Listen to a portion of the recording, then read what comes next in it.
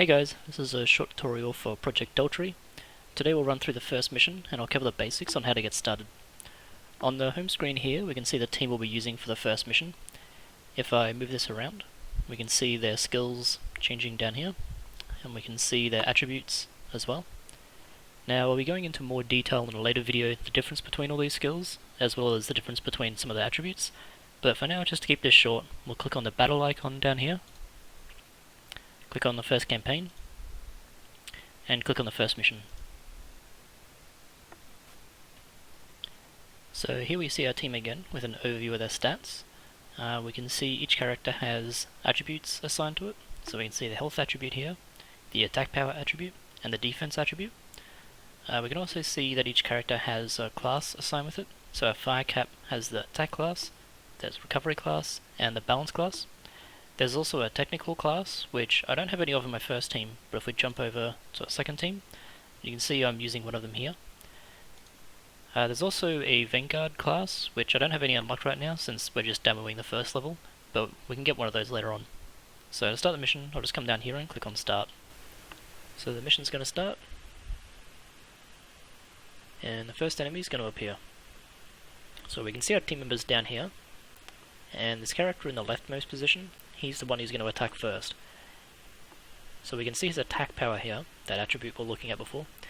That's what's going to get used to calculate how much damage he does. So to actually start the attacks, we need to come down to the board here, and we want to start matching gems based on their colour. So 3 green or 5 yellow. And when we start matching these, the game's going to start counting down from 5 seconds. And it's in that 5 seconds we want to try and get in as many attacks as we can.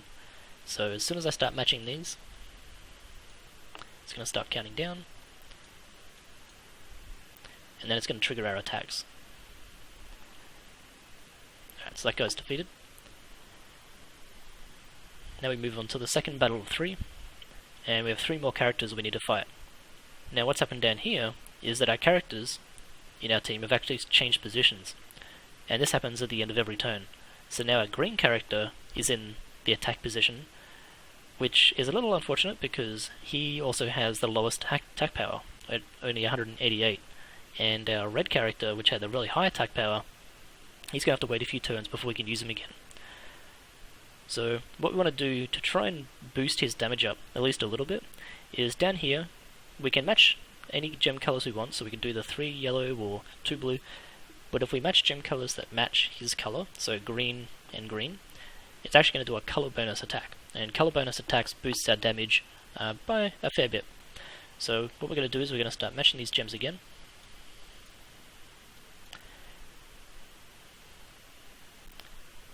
And the damage isn't going to be great, but it's at least better than what it would have been. So that red guy just attacked us because his turn hit 0, which means that on the next turn we're going to get hit by this red character and this green character because their turn counters are 1 and 1. So now we have the blue character, 225 attack power, which isn't too bad. It's not as bad as the green guy, but not as good as our red attack character. So we're going to start matching again.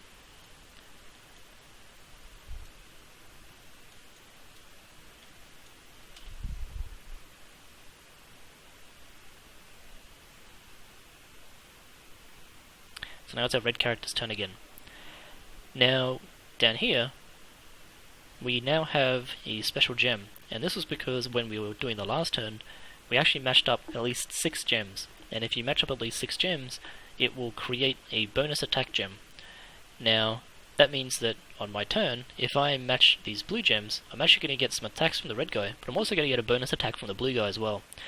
Now, in this case, it isn't terribly useful, because this guy's probably going to be dying anyway, but it's really good against these red guys, because the red guys actually take bonus damage from blue attacks. So we can actually see over here, blue is strong against red is strong against green, and green is strong against yellow. So, because we want to make sure that the attack actually hits the red guy, and we don't want to waste the blue attack on the green guy because he's going to die anyway, we're going to click on the red guy, and that targets him for new attacks, and then we're going to start matching up these gems.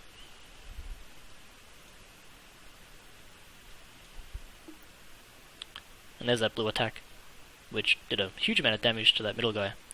So now we just have this little guy left over with a tiny bit of health, We have a green character again with his 188 damage. That's not a big deal, because he's so close to dead anyway. So we're just going to match up these gems. That should be enough.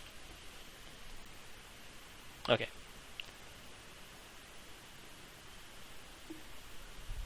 And now the last battle, which is the boss battle. Now, one thing which is going to come in real handy is we now have 2 G-skill gems down here, which is going to be really handy if we save those for our red character. We could use them on our blue turn, but if we can combine those, perhaps with some other red gems, it's going to do a lot more damage rather than just using them on their own. So what we'll do is we'll try and clear out some of these gems that are in the way to make some space for the red ones. We might get lucky. Oh, there we go, pretty close.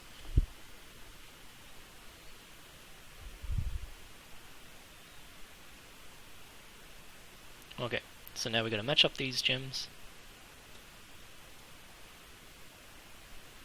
And this should be enough to finish the round. That's a pretty good amount of damage. Okay, that's the first mission done. So now we're going to get to the reward screen, where we're going to get some rewards for clearing the level. Get our first clear bonus, because that's the first time we finished that level. Get some experience. And these are our quest rewards down here. So now we have 2 extra green guys. And they'll be handy later on, because we can use them for leveling up materials, we can use them for fusion materials. So that's a general overview of the first mission. I'll be releasing some more videos later on, getting a bit more into the G skill abilities, the P skill abilities, which I didn't show off in this video. We'll also be releasing some videos showing off the character development side of the game, so that'll be things like enhancing your characters, evolving your characters, and socketing your characters. If you're interested in this game and want to follow up on it and check its progress, I'll be posting a link below to the TigSource developer blog, so if you're interested, check it out. Otherwise, thanks for watching guys, cheers!